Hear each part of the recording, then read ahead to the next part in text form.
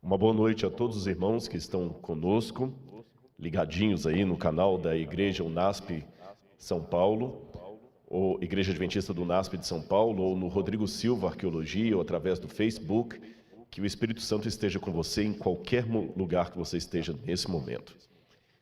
E também, para nós adventistas do sétimo dia, depois do pôr do sol de sexta-feira, já começa o sábado, o Shabat. Então nós desejamos um feliz sábado para você e sua família, um Shabbat Shalom para quem for judeu, e que a graça de Deus esteja com todos, tá bem? Pessoal, eu gostaria de começar o meu sermão hoje. Hoje vai ser um assunto bem difícil de lidar, de falar sobre ele. É sobre o tempo de angústia e o fechamento da porta da graça. Você vai ver aí no seu vídeo o tema de hoje, o fechamento da porta da graça, porque a oportunidade é hoje. E eu já começo a introdução desse sermão aqui falando algo para vocês. Eu recebi muitas mensagens de amigos, de colegas, acho que já pode tirar já o tema e voltar para mim aqui, de muitos amigos dizendo, preocupados, olha, você ontem no sermão foi bem duro. Como é que você vai reagir? Está preparado até para as pauladas que vão vir? Vão vir muita paulada. E principalmente alguns conhecendo que quem lida com o problema da depressão, às vezes pode até ter uma recaída devido a alguma lacração que vem aí, mas eu pensei bem, orei. E se a gente tem convicção da verdade que você está falando em Cristo, você não pode ter medo das consequências. Você tem que pedir a Deus para que o seu lado humano não atrapalhe a mensagem que você está transmitindo, mas não ter medo das consequências. É interessante que a escritora Ellen White fala de um momento chamado de pequeno tempo de angústia, em que o remanescente fiel, ao pregar a mensagem e ver o resultado que essa mensagem trará de perseguição, de afronta, de tortura, de desentendimento, esse remanescente ficará angustiado e se questionará emocionalmente: será que nós não fomos duros demais na mensagem que nós transmitimos? Será que nós não apertamos demais? Talvez deveríamos ter sido um pouco menos duros. Ora, se esse remanescente vai ter este sentimento na hora que a mensagem for dada e a reação vier contra eles, por que eu tenho que temer algo que pode acontecer hoje, que, em outras palavras, pode ser um treinamento para o que está por vir? Mas eu tenho uma boa notícia para você ao falar sobre o fechamento da porta da graça e esse tempo de angústia que nos aguarda. Na verdade, é uma boa notícia sobre o tempo de angústia. Em primeiro lugar, porque você não estará sozinho. Deus enviará os anjos para proteger você. Em segundo lugar, você estará em meio ao povo de Deus. E se você tem medo desse tempo de angústia, deixe-me dizer que você é apenas humano.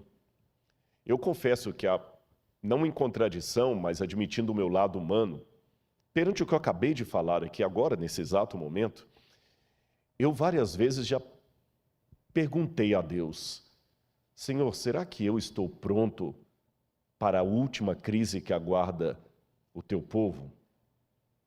Será que eu estou preparado para a reação à mensagem que o Senhor quer que eu pregue? Será que eu estou preparado para enfrentar a perseguição do anticristo? Eu não tenho vergonha de dizer para vocês isso aqui, sabe por quê? Um pouco antes de eu subir para pregar, uma irmã veio falar comigo assim: olha, eu quero agradecer pelos vídeos que você tem publicado semanalmente lá no Rodrigo Silva Arqueologia. Eu acompanho todos, você filma com a sua biblioteca no fundo ali, e eu quero destacar uma coisa: você fala ali tão de ser humano para ser humano, e às vezes o que nós ovelhas precisamos é que os pregadores desçam um pouco do púlpito e se pareçam conosco. Eu louvei a Deus pelo testemunho dessa irmã. Sabe por quê? Numa das noites eu preguei sobre o que Deus fez quando estava no alto do Sinai. Ele desceu do Sinai e falou com Moisés: Moisés, faça um tabernáculo para que eu possa comer, viver e morar no meio do povo. Deus desceu do Sinai da glória dele. E esse ato de descer do Sinai foi mais emblemático ainda quando esse Deus se fez carne e habitou no meio de nós, sentindo as nossas dores, os nossos medos, as nossas frustrações. Imagina o que é passar a noite inteira orando a Deus para que o Espírito Santo o guie na escolha dos 12 apóstolos e entre eles aparecer um Judas Iscariotes. Eu sei que teologicamente tem uma questão se Jesus realmente chamou Judas ou apenas o aceitou. O fato é que Judas estava ali e numa das vezes Jesus falou: não vos chamei em número de 12. Sabe você quando ora tanto a Deus pedindo um sinal, se você deveria fazer aquela faculdade, ir por aquele emprego, e Deus parece responder tudo positivamente e na hora H dá errado? Jesus passou a noite toda em comunhão com o Pai. E algo na escolha dele, humanamente falando, saiu errado. Veio Judas. Já parou para pensar nisso? Ele sofreu as nossas dores. Tem um livro muito fantástico que eu sugiro você que leia, Por que Tenho Medo de Dizer Quem Eu Sou?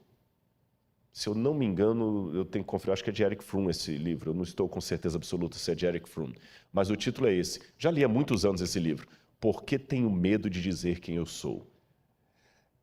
A essência do livro é que todos nós nos sentimos tão pequenos, e esse livro até explica o porquê da arrogância de alguns. A arrogância dele, na verdade, é apenas uma forma de mascarar o quão pequenininho ele se sente. Ele se sente tão pequeno que a maneira que ele tem de esconder a pequenez dele é sendo arrogante, ou apontando o erro do outro, porque assim o dele fica escondido. Então nós nos escondemos atrás de capas, photoshops, agora das fotos de internet, das coisas todas, porque eu tenho medo de dizer quem eu sou.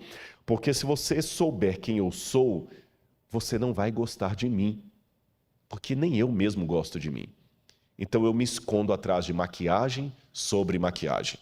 E eu admito para os irmãos, como é difícil para você que é conhecido, que tem um programa na TV, não se permitir ser confundido com o personagem. E às vezes se esconder atrás do currículo vitae, através do Lattes. Eu fiz uma menção, é verdade, ontem, que eu tenho 2 doutorados e que eu não precisaria da igreja para me sustentar, mas não foi numa situação de arrogância, foi numa situação de responder àqueles que podem achar que a minha mensagem é apenas para ficar bem com a liderança da igreja, que eu estou vendido à organização. Foi nesse sentido que eu dei aquele exemplo. Mas tirando isso, eu sei que talvez o que vai mais me aproximar de você não é o currículo Lattes, não é o título. É você saber que o pregador tem a coragem de admitir, perante milhares que estão agora ligados conosco, que eu ainda luto com a depressão. Eu não tenho vergonha de dizer isso. Eu não vou ser arrogante ao ponto de dizer que as lacrações que virão sobre um vídeo que eu coloco ou um post no Instagram que não me afetam. Lacradores, parabéns, vocês conseguem o objetivo, porque me afetam. Dói. E confesso perante todos uma grande dificuldade que eu tenho. Eu luto todos os dias com isso. De às vezes anular 1000 incentivos por causa de uma lacração. É o meu defeito. Eu fico com raiva de mim por causa disso. É o meu espinho na carne. Mas eu peço força a Deus. E é esse Rodrigo que admite para você os seus problemas emocionais, que quando estuda a escatologia, que é a doutrina dos últimos tempos, e sabe o que vai acontecer com o povo de Deus e com essa terra, no chamado tempo da angústia de Jacó, eu confesso que tenho medo. E eu vou mostrar a você nessa noite por que eu tenho medo. Eu vou mostrar textos que talvez vão arrepiar você. Mas mesmo com medo, eu tenho uma palavra de conforto para dar para você e de esperança. E a minha mão trêmula para se unir à sua. Só para te dizer, você está com medo? O pregador também está. Mas se Jesus falou para ficarmos firmes nele, que ele vai cumprir a promessa, vamos ficar firmes com ele. Eu não estou aqui para apresentar para você a imagem de um super-herói. Eu estou aqui para apresentar a imagem de um pecador frágil como você, que quer ir para o céu. e que precisa dos irmãos. Eu preciso dos meus irmãos. É essa a essência. É por isso que eu defendo tanto essa igreja. Não é por questão de CNPJ, de comodismo, de politicamente correto. É porque são os meus irmãos. Ai de mim se não fossem os meus irmãos. Eu vou contar uma coisa para você. Eu pedi uma lista que não chegou até mim. Ao vivo é assim que se faz. Eu pedi a lista de todo mundo do marketing que está agora arrancando os cabelos aí para que tudo saia perfeito para você. Não tem aqui nenhum profissional de televisão pago. São voluntários da igreja que vão se revezando para fazer o corte. Quando eu entrei, um até brincou, olha, pastor, ela aqui vai fazer o corte de você, viu? Não vai ficar tremendo agora na hora de fazer o corte. Os que cantam, ainda que tenham uma voz bonita, trabalhada, não são cantores profissionais no sentido que estão cobrando cachê para estar aqui. Não. Os câmeras que estão agora me filmando não são câmeras da Record TV, da Rede Globo, ou dos melhores cineastas de Hollywood ou do Netflix. São irmãos que aprendem a operar a câmera e estão aqui. Uma vez eu dei um estudo bíblico para um homem que hoje já faleceu e que ele era ateu quando eu comecei a estudar a Bíblia com ele e se converteu a Jesus durante os estudos. Estava se preparando para batizar, mas morreu antes que isso pudesse se realizar. O seu nome, Peter Garsten. Se você colocar na internet, você vai descobrir quem é. Um dos maiores iluminadores do Brasil. Tanto que quando ele morreu, saiu no Jornal Nacional, no Globo, a notícia: morreu o mago das luzes. Alemão. Quando ele veio estudar a Bíblia comigo, ateu, a primeira coisa que ele falou é o seguinte: eu quero um mapa e um atlas. Eu quero um atlas e uma linha cronológica da Bíblia. E falava muito de Schopenhauer. E uma vez que eu levei o Peter à igreja, eu tive duas situações interessantes com ele. Uma quando eu levei a igreja pequenininha, lá em Areal, no Rio de Janeiro. Eu ia pregar e tinha uma irmã passando a lição de escola sabatina e falou: ela é a pastora da igreja? Eu falei: não, uma irmã passando a lição. E tinha um outro cantando, é que ele é pastor? Não. Eu falei: o pastor não está aqui hoje, eu que vou pregar. Ele falou: mas todo mundo participando sem nenhum pastor? Eu falei: exatamente, na igreja adventista é assim, todo mundo participa. O púlpito é ocupado pela mulher, pelo juvenil, pelo homem, pelo adulto, pela criança, pelo idoso, pelo leigo. É lógico que numa igreja grande como esta aqui, é mais difícil ter oportunidade de púlpitos, mas numa igreja local, quem se lembra durante a semana eu expliquei o que é distrital para os adventistas, o pastor cuida às vezes de 10, 15 igrejas, 12 igrejas, ele não é onipresente. Então quem cuida da igreja na ausência dele é um ancião, é um líder, tem escala de pregação. O meu primeiro sermão na igreja eu tinha 14 anos, e o Peter falou algo que nunca mais eu esqueci. Ele falou: vocês têm aqui a democracia da liturgia. Eu falei: é isto mesmo. Já que se fala tanto em inclusão hoje, quer maior inclusão do que esta? Quando o NASP tem um coral cantando aqui à frente, e o pastor Douglas sabe disso, porque não é o primeiro internato que ele trabalha, quando eu conheci ele trabalhava no outro NASP lá de Engenheiro Coelho. Depois de lá ele foi para outro canto, fez doutorado, foi para o sul do país, cuidou e voltou para São Paulo de novo para ser diretor de escola. Quando você tem um coral bonito cantando aqui à frente, naquele coral tem o filho de um mega empresário riquíssimo e a filha de uma lavadeira, todo mundo cantando juntinho ali do mesmo jeito. No Desbravador, está lá o filho do empresário riquíssimo e o filho da lavadeira e o filho da pessoa que está até desempregado, todo mundo junto ali. Todo mundo participa. Não estou querendo enfeitar a realidade para você. Na igreja também tem problemas.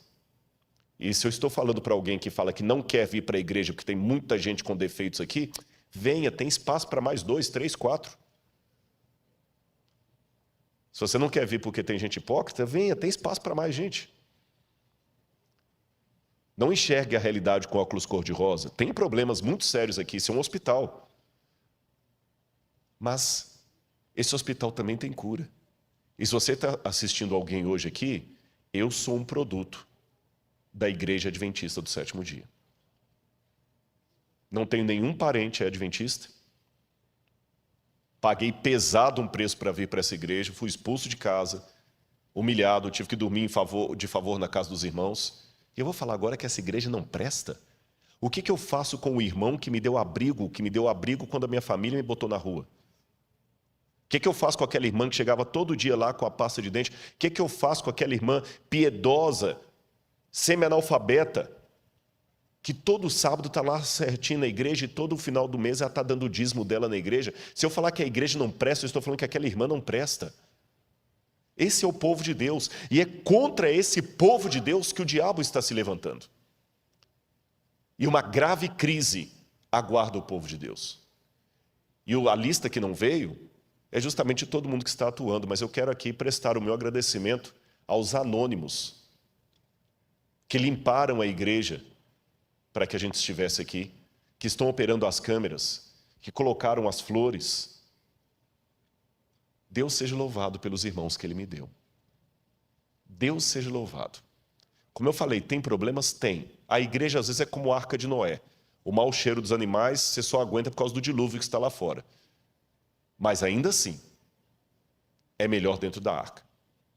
E quando eu digo animais, é bom eu dar uma olhadinha se não sou eu um dos mal cheirosos. Eu me olho no espelho. Eu já sei os problemas que eu trouxe e eu peço que Deus às vezes não me use como propaganda dele. Entendeu? Essa igreja será sacudida, porque o inimigo tem ódio da igreja. E é por isso que eu vou falar do tempo de angústia. Olha essa mensagem que eu quero colocar para você aqui. Você por acaso já ouviu falar no pecado contra o Espírito Santo? Eu acho interessante como é que alguns temas desapareceram do púlpito nos últimos tempos. Você ia fazer antes um JA, a pergunta dos jovens era: pastor, será que eu cometi o pecado contra o Espírito Santo? Um medo. Hoje eu não vejo essa pergunta mais, sumiu. Ninguém nem pergunta mais. O que é pecado contra o Espírito Santo? Parece que ninguém mais comete isso, não tem mais medo disso. Coloca de novo na tela o texto que eu quero ler para vocês. De acordo com a Bíblia e a realidade, chega um ponto na vida em que certas características estão até tal ponto implantadas em nosso caráter, que as situações novas só conseguirão arraigá-las ainda mais em nós. Esta é uma das nossas tragédias como seres humanos. Olha o que diz o livro de Ezequiel, capítulo 3, verso 23. Mas quando eu falar contigo, abrirei a tua boca e lhes dirás: assim diz o Senhor Deus, quem ouvir, ouça, e quem deixar de ouvir, deixe, porque eles são casa rebelde. O que a Bíblia está dizendo aqui? Se você sair do livro de Ezequiel e entrar no livro do Apocalipse, você verá um texto muito parecido. Continue o justo na prática da justiça e o injusto na prática da injustiça. Ou seja, o pecado contra o Espírito Santo é, em outras palavras, uma situação que a pessoa chega na vida de tal resistência à voz de Deus que o Espírito Santo já não fala mais no seu coração. E quero dar uma notícia muito trágica para você nessa noite. O pecado contra o Espírito Santo pode ser cometido em vida. Normalmente, as pessoas só têm a sua situação definitivamente resolvida para a salvação ou a perdição quando ela morre. Porque a Bíblia fala: ao homem está ordenado morrer uma única vez, e depois disso, o juízo. Então, enquanto eu estou vivo, eu posso ganhar ou perder a minha salvação. Hoje eu estou em Cristo, mas eu posso amanhã apostatar e abandonar a Cristo. Ou alguém que hoje está apostatado pode reencontrar com Cristo. Agora, quando morre, acabou. Não tem mais o que fazer. Não tem mais o que fazer. Tanto é que, uma vez um jovem perguntou a um rabino em Israel: mestre, qual é o melhor dia para eu entregar a minha vida a Deus? Ele falou: o último dia antes da sua morte. Mas eu não sei quando eu vou morrer, então faça isso todo dia. Porque depois que morre não tem mais chance. Só que há alguns casos especiais que a pessoa consegue, infelizmente, selar o seu destino ainda em vida. Sabe que os especialistas em saúde mental falam de alguns psicopatas como sendo pessoas que perderam completamente o senso de moralidade, de arrependimento. Ele já não tem mais arrependimento, ele não tem mais crise de consciência, ele não tem nem remorso. Para ele, matar uma criança depois e esquartejá-la é tão comum como para você escovar os dentes. Você não fica com crise de consciência porque escovou os dentes. Para um psicopata é a mesma coisa. Eu não sou especialista em saúde mental, mas do ponto de vista teológico, eu posso dizer que algumas pessoas conseguem atingir no plano espiritual uma situação de psicopatia espiritual. Nem eu, nem você podemos legislar e falar, é aquele ali, é aquele, nós não sabemos. Mas, infelizmente, há algumas pessoas que o Espírito Santo já não atua mais nelas em vida. Judas Iscariotes é um exemplo desse. Judas Iscariotes é um exemplo desse. Jesus lutou com ele até na quinta-feira da Santa Ceia, ali. Mas quando ele saiu, ele já saiu tomado pelo diabo de tal maneira que já não tinha mais retorno. Há outros casos também que o Senhor rejeitou e aquela pessoa não teve mais retorno. Mas note, o pecado contra o Espírito Santo não é um ato que vem da parte de Deus, ele é unilateral. É uma rejeição a tal ponto da pessoa que a voz do Espírito não é mais ouvida. Agora, o que o livro do Ezequiel e o livro do Apocalipse me diz é que chegará uma época na terra em que a rejeição, o pecado contra o Espírito Santo, será de maneira tão globalizante que as pessoas já estarão com o seu destino selado em vida. Aquilo que hoje acontece de maneira esporádica na vida de um Judas, na vida de um Saul, acontecerá depois do fechamento da porta da graça de maneira coletiva. A humanidade, com exceção do remanescente fiel, estará completamente entregue a Satanás. Eles já não terão mais arrependimento dos seus atos. Serão como psicopatas espirituais. Aquele poder do Espírito Santo que ainda refreia os meus gostos, a minha vontade, não atuará mais. E eu vou descrever nessa noite como é que isso pode acontecer a partir da Bíblia e de alguns autores fora da Bíblia. Vamos ver aqui um texto que fala desse tempo de angústia. É possível rejeitar definitivamente a oferta de Cristo porque somos incapazes de aceitá-la.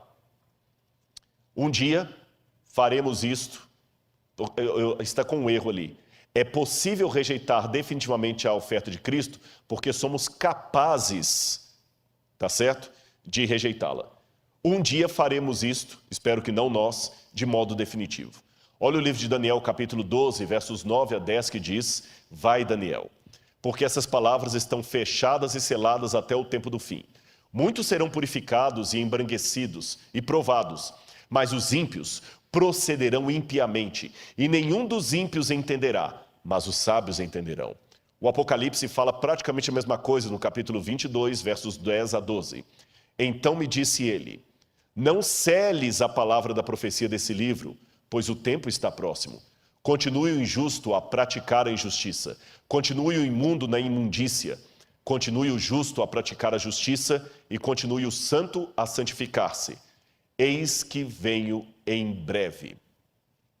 Você percebeu a mensagem da Bíblia? Chegará um tempo em que as pessoas estarão de tal maneira numa posição de rejeição à graça de Deus que o Espírito Santo não vai mais conseguir falar ao seu coração. A Bíblia profetizou isso. É uma rejeição de tal maneira que não tem mais o que ser feito por essas pessoas. Isso é chamado na Bíblia de o tempo de angústia. Olha aí na sua tela. O tempo de angústia, segundo a Bíblia Sagrada, é uma época em que a humanidade rejeitará de maneira coletiva e definitiva o Espírito Santo de Deus. Quero que você leia comigo agora o texto de Jeremias, capítulo 30, versos 5 a 7. Jeremias, capítulo 30, versículos 5 a 7. Preste atenção no que diz a palavra de Deus. Assim diz o Senhor: ouvimos uma voz de terror, um grito de medo e não de paz. Perguntem e vejam se um homem pode dar à luz a uma criança. Por que então vejo esses homens todos com as mãos na cintura, como se fossem uma mulher que está dando à luz? Por que se tornaram pálidos todos os rostos? Ah, que grande é aquele dia! E não há outro semelhante. É o tempo de angústia para Jacó, mas ele será salvo dela. É interessante que essa imagem, primeiro no hebraico, aqui é um pouco dúbio, quando fala assim: Assim diz o Senhor, ouvimos um grito de terror, dá a entender o Senhor falando, ou ele, o profeta, ou o profeta e outros. Pessoas gritando, homens pelas ruas, como se fossem mulheres parindo, num parto bem complicado. É interessante que essa imagem de uma mulher dando à luz à criança sempre é emblemática para falar do fim dos tempos. A mulher de Apocalipse 12, ela está gritando com dores de parto para dar à luz. Quando Jesus fala, quando virdes acontecer essas coisas, são o princípio das dores, das contrações, dores de parto. E o profeta diz, é o tempo de angústia de Jacó, mas ele será livre dela. Então note que é uma angústia que abala todo mundo. Abala as pessoas que estão contra Deus e abala também aqueles que estão do lado de Deus. É uma angústia para os dois lados. A única diferença é que os ímpios não serão salvos da sua angústia, mas os remanescentes, fiéis, o resto da descendência da mulher, estes serão livrados dela. Vamos voltar para a tela para continuar a nossa leitura. A primeira coisa que nós temos que perguntar é: que tipo de religião nós temos com Deus? De submissão ou de luta? Se há luta, como Deus luta? Um Deus que luta e prepara para a guerra, como é isso? Eu quero explicar para você como é que funciona tudo isso aí. Se você pegar assim ao pé da letra, o que significa a palavra Islã, por exemplo?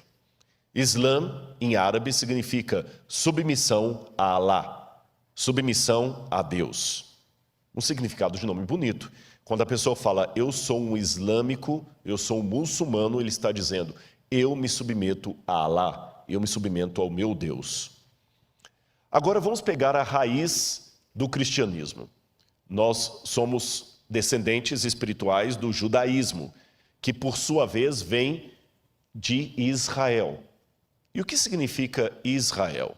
Israel é uma composição de 3 palavras hebraicas, Ish, que é homem, Ra, que é luta, briga, El, que é Deus. Israel, o homem que briga com Deus. Olha, se falar por beleza, sonoridade do significado, é muito mais bonito dizer que você pertence ao Islã do que a Israel. Troque a palavra pelo significado. Qual a sua religião? Eu sou da religião dos que se submetem a Deus. E você? Eu sou da religião dos que brigam com Deus e prevalecem. Parece que Islã é mais bonito. Por que a Bíblia revela não o Deus apenas que submete, subjuga, mas o Deus que luta? É simples.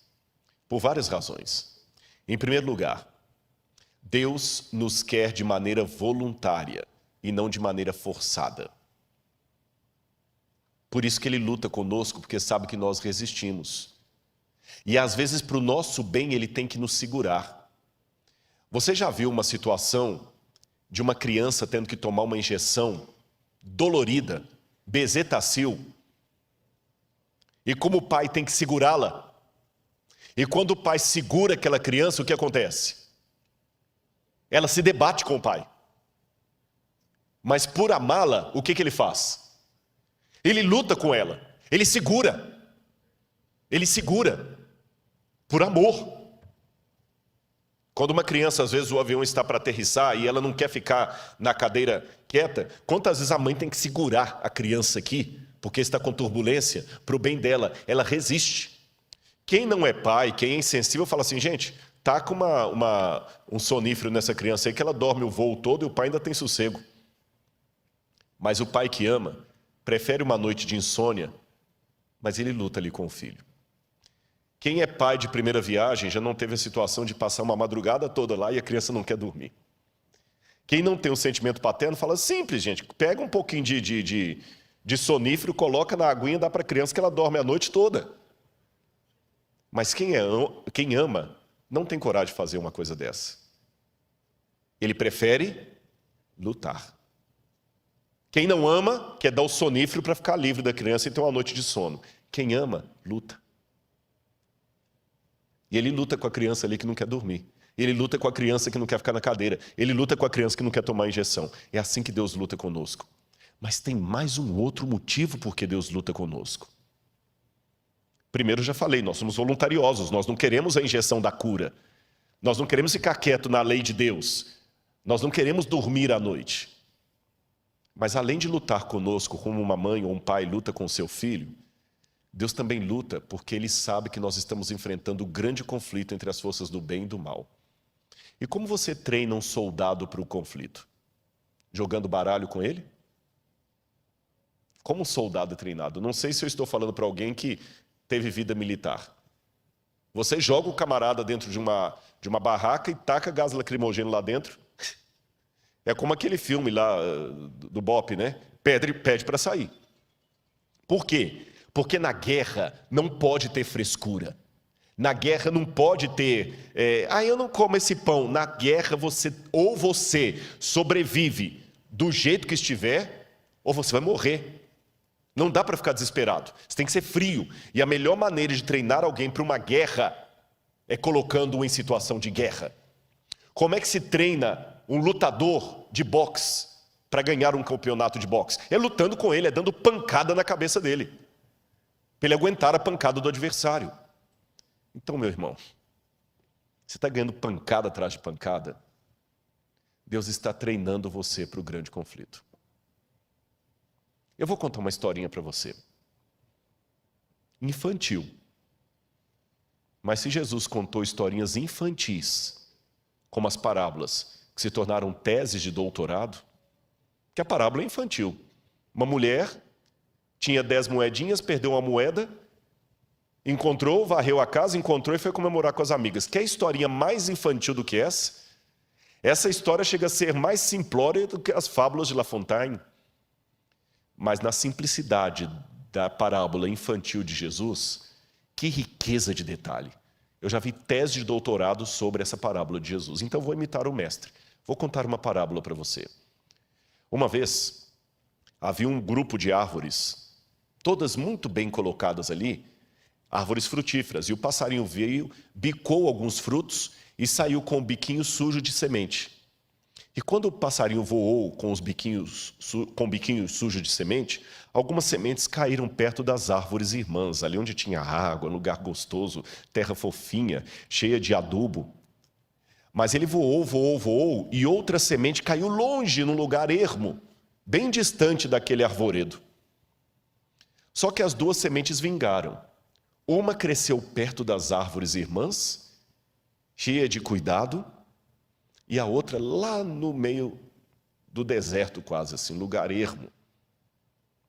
A daqui cresceu toda frondosa, bonitinha, tinha água fácil, porque o lençol freático era quase na superfície.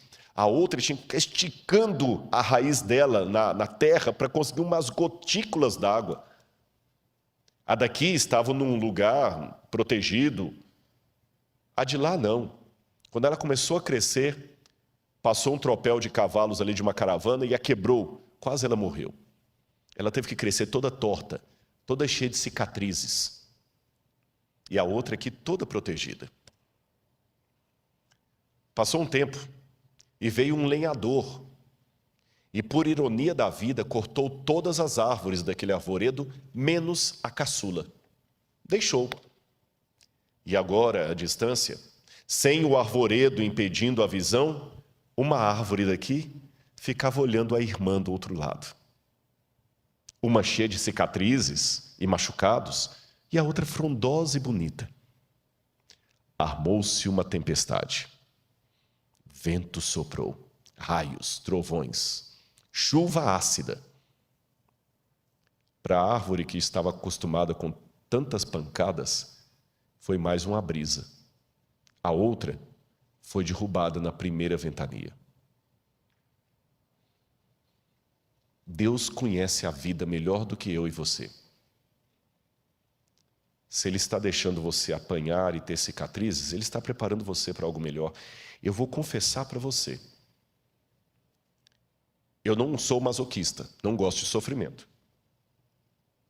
Não entenda que você está diante de um masoquista. Mas eu confesso perante a igreja que eu já dei graças a Deus por algumas dores que eu passei, inclusive essa da depressão. me tornou mais compreensível para lidar com algumas pessoas. Minha pregação mudou. Minha abordagem mudou. Então, e eu fiquei mais resiliente para algumas coisas. Se o pai está dando pancada em você, ele está treinando você para a luta. Se o pai está jogando você dentro de uma barraca e colocando gás lacrimogêneo lá dentro, é porque ele sabe que o inimigo não terá piedade. Deixa o general treinar você. Israel, lutamos com Deus. Por isso que ele esteve à beira do caminho querendo matar Moisés. Não é porque Deus é um assassino. É por isso que ele deslocou a coxa de Jacó. Não é porque Deus é um sádico. É porque ele está treinando você.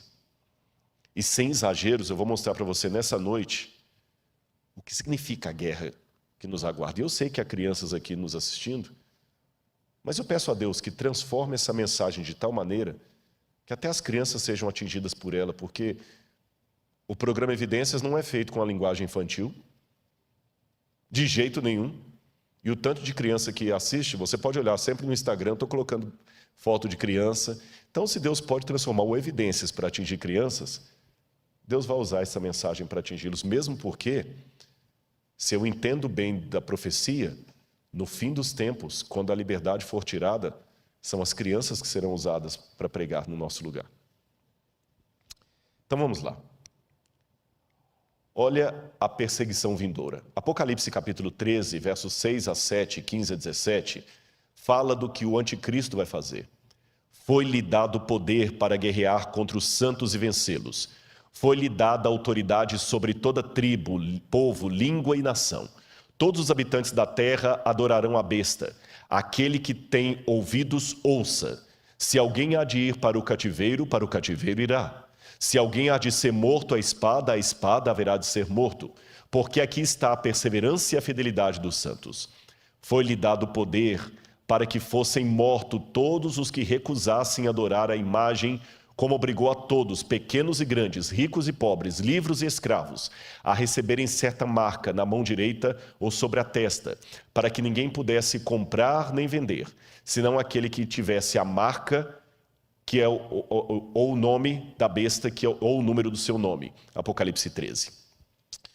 Deixe-me dizer uma coisa para você aqui. Eu não vou, até pelo horário, eu não vou poder explicar todos os detalhes para você. Algumas coisas eu tenho falado em doses homeopáticas, seja nos vídeos que eu apresento na internet, seja no programa Evidências, que eu já anunciei para vocês, que vai ser sobre o Apocalipse, mas aqui eu vou falar apenas algumas coisinhas para colocar você para pensar. As pessoas, quando me perguntam, Rodrigo, será que nós estamos vivendo os últimos tempos, etc., eu digo assim, uma coisa que os adventistas aprenderam é não marcar mais data para a volta de Jesus. Por outro lado, há coisas acontecendo tão sérias que eu digo que o mundo é como alguém cardíaco. Quando você tem um cardíaco na família e ele tem uma dor forte no lado esquerdo do peito, pode ser uma dor muscular, até gases podem provocar a dor no lado esquerdo do peito. Mas se você sabe que ele é cardíaco, você não arrisca. Você coloca o remédio debaixo da língua e leva para o primeiro hospital. E você pode chegar no hospital e descobrir que era só uma dor muscular, que não era nada sério, ou que ele estava realmente infartando. Profeticamente falando, o mundo está cardíaco.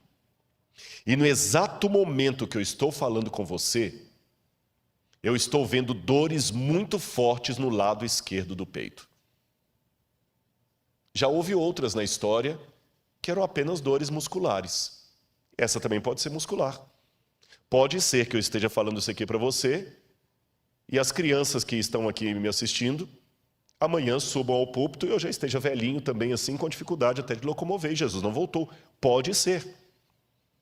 Mas usando a ilustração que eu acabei de mencionar, também é provável que possa ser um infarto escatológico do planeta Terra. Na dúvida, vale o mesmo procedimento. Não vou arriscar. Eu ouvi uma frase essa semana que teria sido citada por um grande teólogo nos Estados Unidos, do pastor Elias Brasil, e quem me disse essa frase foi o pastor Gilson.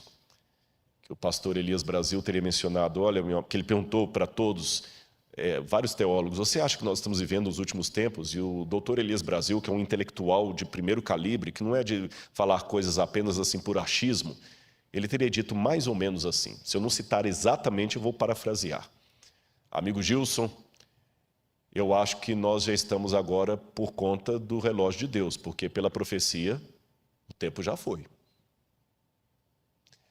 Trocando em miúdos, eu me surpreendi quando eu li Zygmunt Bauman, que não é um evangelista, não é um cristão conservador, ele já morreu. É um dos sociólogos mais respeitados. Na maratona que nós vamos fazer aqui no dia 10 de outubro, depois nós leremos mais detalhes da maratona, eu vou falar sobre Zygmunt Bauman e a sociedade líquida.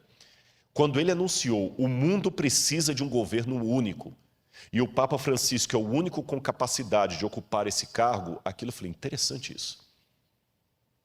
Você sabe que nós temos hoje, porque o Apocalipse fala algo que a gente fica pensando, como é que isso aqui vai se cumprir? Como é que vai se cumprir? Eu várias vezes me perguntei, quando eu estudei a Bíblia com os adventistas, como é que vai ser isto, que o anticristo vai colocar o mundo inteiro sendo obrigado a cumprir uma lei? Isso é impossível. E mesmo hoje a gente pergunta assim, nessa rivalidade, eu acabei de ver uma mensagem agora da ONU, o presidente Bolsonaro falou algo lá, o Trump falou algo, depois veio o Emmanuel Macron e desfez tudo o que o Bolsonaro falou. Mesmo assim, criticou a China, porque vocês sabem que a China está sendo acusada de ter até campo de extermínio, ou campo de concentração com muçulmanos. Estão questionando a China de desrespeito aos direitos humanos, o outro está questionando a China da questão do Covid. Aí o Irã está de relações cortadas com os Estados Unidos. Eu estive no Irã no ano passado e achei interessante que em Teherã eu não podia usar cartão de crédito, porque não tinha. Ele não trabalha com cartão de crédito internacional. Eu cheguei em Teherã, se eu não tivesse um pouco de dinheiro no bolso, eu ia ter problema no hotel. Não aceita cartão de crédito por causa do embargo americano. E eu pensava, Senhor, como é que vai unir o Irã com os Estados Unidos, com China, com França, todos assim, opostos? Como é que no Brasil vão unir pessoas de direita e de esquerda, são tão antagônicos? Mas eu estava observando os sinais dos tempos. Como é que isso aqui que eu acabei de ler para vocês, de Apocalipse 13, vai se cumprir? Aí eu comecei a ler, li vários autores, Yuval Harari, que eu li a trilogia, 3 livros dele pelo menos, não sei se ele escreveu outros. Eu escrevi o Homo Sapiens, eu li o Homo Sapiens, Homo Deus e Lições para o Século XXI. E quando eu li Yuval Harari dizendo que o futuro vai ser uma época pós-trabalho, em que as pessoas serão controladas por algoritmos. E eu me lembrei que o Apocalipse fala o seguinte, aquele que tem entendimento, calcule o número da besta. E a palavra calcule no grego ali, não é você ficar fazendo conta com letra para saber qual nome vai dar 666. Se é o nome de Hitler, se é o nome do Papa, se é o nome de Ellen White, se é o nome de Saddam Hussein. Aquele calcule é contabilize. Contabilize o que ela faz. E por que é um número da besta? E eu noto que ali tem algo muito sério relacionado à lei de Deus. Sabe por quê? No Antigo Testamento, Deus deu uma ordem para o povo de Israel. Você colocará a lei do Senhor na tua mão e como frontal entre os olhos. Eu não sei se você já viu alguma cena de Israel que tem o judeu orando lá no monte, no Muro das Lamentações, e ele fica orando lá, né? Baruch haba Beshem Adonai Eloheinu melech. Ele fica orando lá no Muro das Lamentações, e aqui ele tem uma caixinha preta na testa, e ele amarra aqui no braço. Hoje os judeus colocam no braço esquerdo. Ele coloca um outro, o que está ali? Ali está o Shema Israel, Adonai Eloheinu, Adonai Echad. Ouve, ó Israel, o Senhor teu Deus é único, a lei do Deuteronômio, os mandamentos de Deus, para ele sempre se lembrar com a sua ação e com a sua mente que Deus é único e que tem os mandamentos de Deus. E quando eu leio o Apocalipse, me chama a atenção que o Apocalipse é a paródia de Satanás. Você tem o cordeiro degolado sentado no trono de Deus. Você tem o dragão com a cabeça degolada e curado. Porque o cordeiro está degolado, mas está vivo. O dragão também está degolado, mas está vivo. E o cordeiro senta no trono de Deus Pai, e a besta senta no trono que o dragão lhe dá. E o cordeiro coloca o seu selo sobre os 144 mil, e a besta coloca a sua marca na testa. E o cordeiro coloca a marca na testa. E a paródia da besta é justamente o quê? O contrário do tefilim dos judeus. Se era a lei de Deus que tinha que estar no frontal e na mão, e ali a besta coloca um sinal na frente e na mão, eu não preciso entender isso como literal, como sendo um chip que vai estar aqui debaixo da pele. Eu preciso entender como diz o Apocalipse. É uma analogia do oposto da lei de Deus, ou seja, vai ser colocada uma lei que vai me impedir socialmente de guardar os mandamentos de Deus. Por isso que em Apocalipse 12 fala, aqui está a perseverança dos santos, os que guardam os mandamentos de Deus e têm a fé em Jesus. E quando esse dia chegar, o mundo inteiro vai se unir. Mas eu ainda volto à minha pergunta, como, Rodrigo? Você acabou de admitir aí, Irã não vai juntar. Aí o Val Harari começa a me dar uma parte da resposta. O mundo todo vai ser controlado por questão de algoritmos. O mundo vai ser controlado por algoritmos. Nós não temos dinheiro hoje para manter o mundo inteiro, não tem emprego para todo mundo. Leiam Lições para o século XXI. Aí eu vou para Zygmunt Bauman e ele chama a atenção que nós precisamos de um governo único. E quando eu vou nos intelectuais do Vale do Silício, que são hoje os grandes mentores da riqueza mundial, eu vou falar sobre isso em algum momento, a riqueza mundial hoje está na mão de poucas famílias. Eles falam, precisamos de um governo único. Pela primeira vez na história. E um governo mais único do que na época do Império Romano, da Babilônia. Hoje, nós temos algumas forças que são como crianças brincando em casa com faca, instrumento cortante e nenhum adulto para tomar conta delas. Quais são essas crianças? Internet. Quem controla a internet? Quem é o dono da internet? Não adianta falar que é a Google, nem o YouTube. A internet é maior do que o Google. A internet é maior do que o YouTube. E tem um documentário da Netflix, agora eu assisti até a metade. Não consegui assistir o resto por falta de tempo. Eu vou vendo as prestações. Dilema das redes. Assista esse documentário.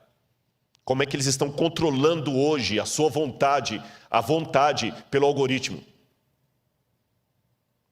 Mas a internet ainda é maior do que isso. Quem controla a internet? Eu posso na internet hoje colocar de uma piada sem graça a... Basta ser um hacker. Eu posso derrubar a bolsa de valores na internet.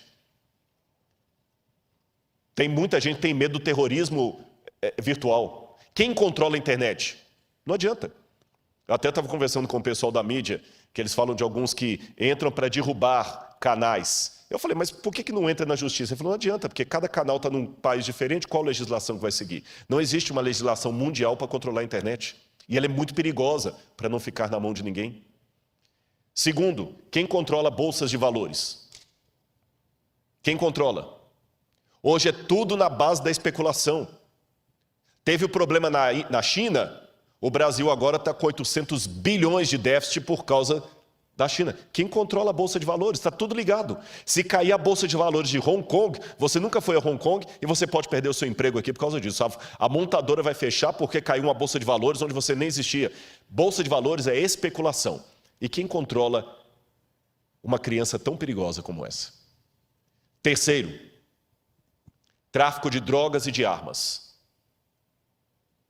Lavagem de dinheiro. Qual a legislação internacional? Aí o camarada, como aquele italiano que estava no Brasil, que agora foi extraditado, vai para um outro país e fica lá exilado. Quem controla? Quarto, crise ecológica. Essa briga, se a Amazônia do Brasil nacionalizar a Amazônia do mundo. O Emmanuel Macron falou que a Amazônia é do mundo. Não quero aqui entrar em polêmica de nacionalismo nem de política, mas o exemplo da Amazônia é claro. Se nós não cuidarmos da Amazônia, o mundo inteiro paga. Se a China continuar com a emissão de ar, com a emissão de poluentes e os Estados Unidos, nós vamos pagar. Você está percebendo? Internet, Bolsa de Valores, O NASP, pastor Douglas sabe disso, é um administrador. Vocês podem passar um problema financeiro sério aqui que não tem nada a ver com a sua administração nem do tesoureiro, só porque caiu a bolsa de valores lá fora e veio em cadeia. Quem controla essas crianças soltas dentro de casa? Quem controla? Então não é pastor Luiz Gonçalves que está dizendo isso, meu irmão. Não é o pregador do Apocalipse, é o povo de fora. Precisamos de um governo único. Só que ninguém tem moral para ter esse governo único. E quando alguém fala, Rodrigo, tudo bem, mas eles não vão aceitar unir. Aí eu vejo duas coisas acontecendo. Em primeiro lugar, como é que eu falo isso aqui agora? Se Deus manda, eu falo. Houve várias vezes que os 4 anjos de Apocalipse capítulo 7 estavam para soltar os ventos. E Deus mandou reter, porque o povo dele não estava preparado. Vocês sabem disso. Eu tenho a ligeira impressão, não estou afirmando, ligeira impressão, que os ventos estavam para ser soltos esse ano.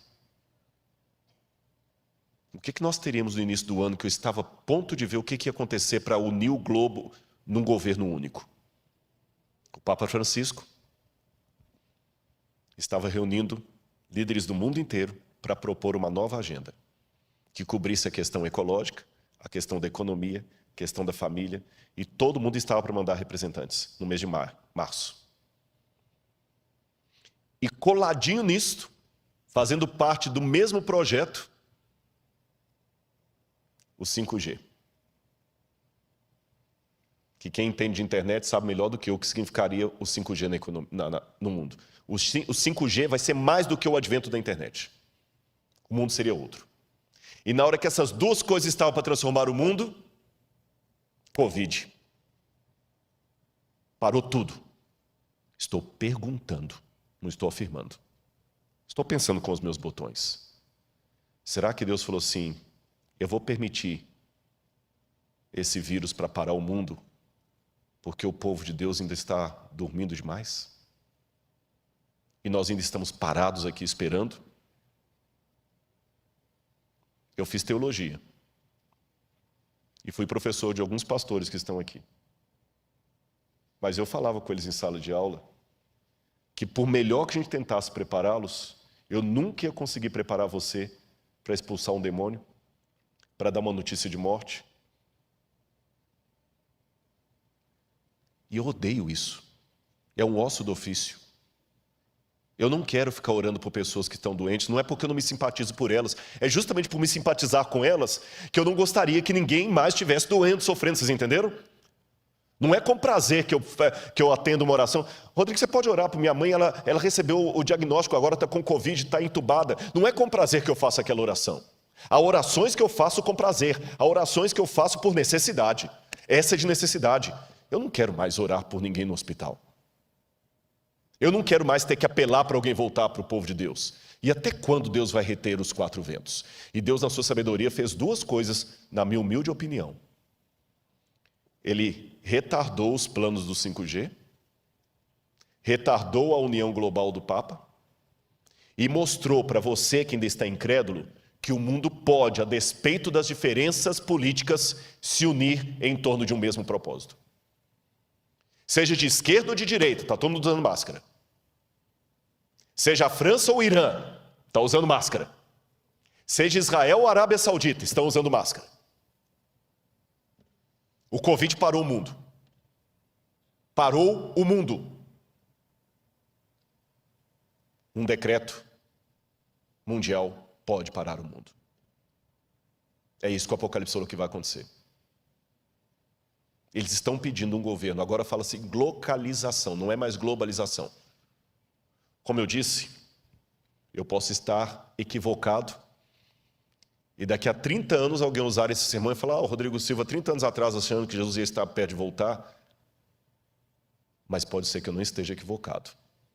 Volto à ilustração do homem infartado, com dores no peito. Na dúvida, se eu tenho alguém que que tem problema cardíaco, eu levo para o hospital. E eu tenho certeza que qualquer médico vai falar, nota 10, é isso mesmo.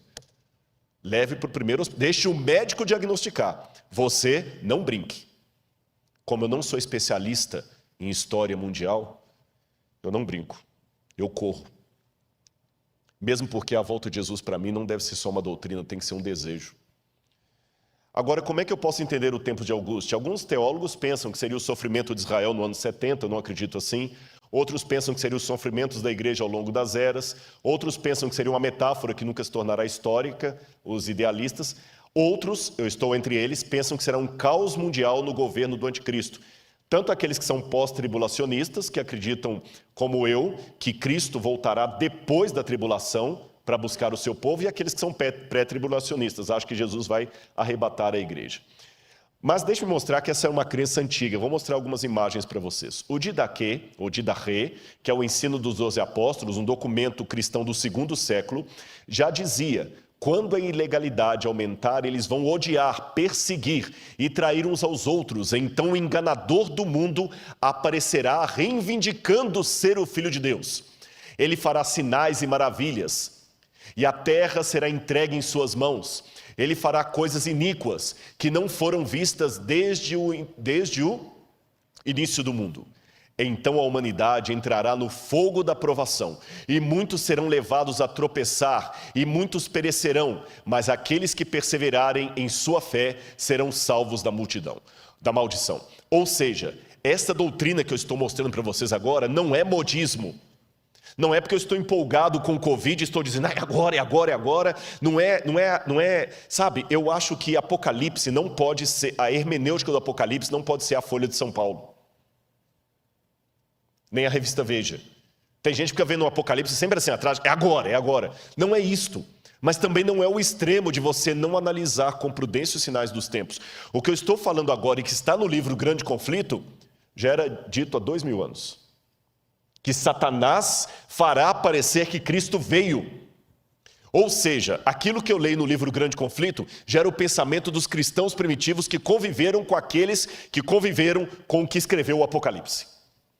Não foi uma coisa inventada pelos protestantes do século XIX em diante, ou dos adventistas, ou whenever. Eu quero mostrar outra passagem para você. Se você pensa que é só adventista que pensa assim, você vai se surpreender. Veja isso aqui. O Dr. John Ladd, um dos mais famosos teólogos batistas, no seu livro The Blessed Hope, A Bendita Esperança, diz que a bendita esperança não é a libertação da tribulação, é a união com o Senhor em sua vida. Ou seja, John Ladd acreditava que Jesus voltará depois da tribulação e a igreja passará pela grande tribulação. Os irmãos católicos que estão comigo ligados nessa noite, olha o que diz o catecismo da Igreja Católica. Nos parágrafos 675 e 677, vou ler o catecismo da Igreja Católica. O catecismo é a versão oficial da Igreja Católica. Antes da segunda vinda de Cristo, a Igreja precisa passar por uma provação final que sacudirá a fé de muitos crentes. A perseguição que acompanha a sua peregrinação na terra revelará o mistério da iniquidade na forma de um engano religioso que é o anticristo, um pseudo-messianismo pelo qual o homem se glorifica a si mesmo no lugar de Deus e de seu Messias que veio em carne. Noutras palavras, o catecismo também me ensina que haverá um tempo de angústia, um anticristo que vai enganar ao mundo e perseguir a igreja. Está no catecismo. E os evangélicos? Vamos ver mais uma citação. Billy Graham. Eu ouvi o som distante de cascos e vi os cavaleiros do mal no horizonte de nossas vidas. Há sérios problemas à frente para o nosso mundo, para todos nós que vivemos nele. Será uma época de conflagrações nucleares, holocaustos biológicos e apocalipses químicos rolando sobre a terra, levando o homem à beira do precipício. A história vai fundo na batalha do Armagedon. Já vemos sua sombra rastejando sobre a terra. Você percebeu? Aqui não é uma doutrina adventista que eu estou apresentando. Ela é ecoada também pelos católicos. pelos evangélicos representados por John Ladd e por Billy Graham, que apesar de serem batistas, são respeitados em todas as igrejas, metodistas, presbiterianas. E para os adventistas do sétimo dia, eu vou citar um texto de Ellen White, uma das pioneiras dessa igreja, que está falando a mesma coisa que o catecismo. Ellen White está falando a mesma coisa do catecismo, a mesma coisa do Didache, a mesma coisa que diz Billy Graham. Veja o que diz Ellen White. Não há o que exagerar. O tempo de angústia, como nunca houve, está prestes a manifestar-se sobre nós e necessitamos de uma experiência que agora não possuímos e que muitos são demasiado indolentes para obter. Dá-se muitas vezes o caso de supor maior angústia do que em realidade o é. Isto não se dá, porém, em relação à crise diante de nós. A mais vívida descrição não poderá atingir a grandeza daquela prova. Naquele tempo de provações, toda alma deverá, por si mesma, estar em pé perante Deus. O que Ellen White está falando aqui? Não há o que exagerar. Tudo que você vai descrever, você pode exagerar. Mas não tem como exagerar o grande conflito. O tempo de angústia vai ser tão terrível que ela diz, por pior que eu pinte o quadro, será pior ainda. Entendeu por que eu admiti que eu tenho medo? Entendeu por que eu admiti que em alguns momentos eu falo, Senhor, eu não sei se eu vou aguentar? Eu estou sendo franco com os irmãos. Se Deus resolver que eu fique entre aqueles que terão o privilégio de ver Jesus voltando, Senhor, que Ele me proteja. Porque vai ser o pior tempo da história. E você entendeu por que nós não podemos brincar?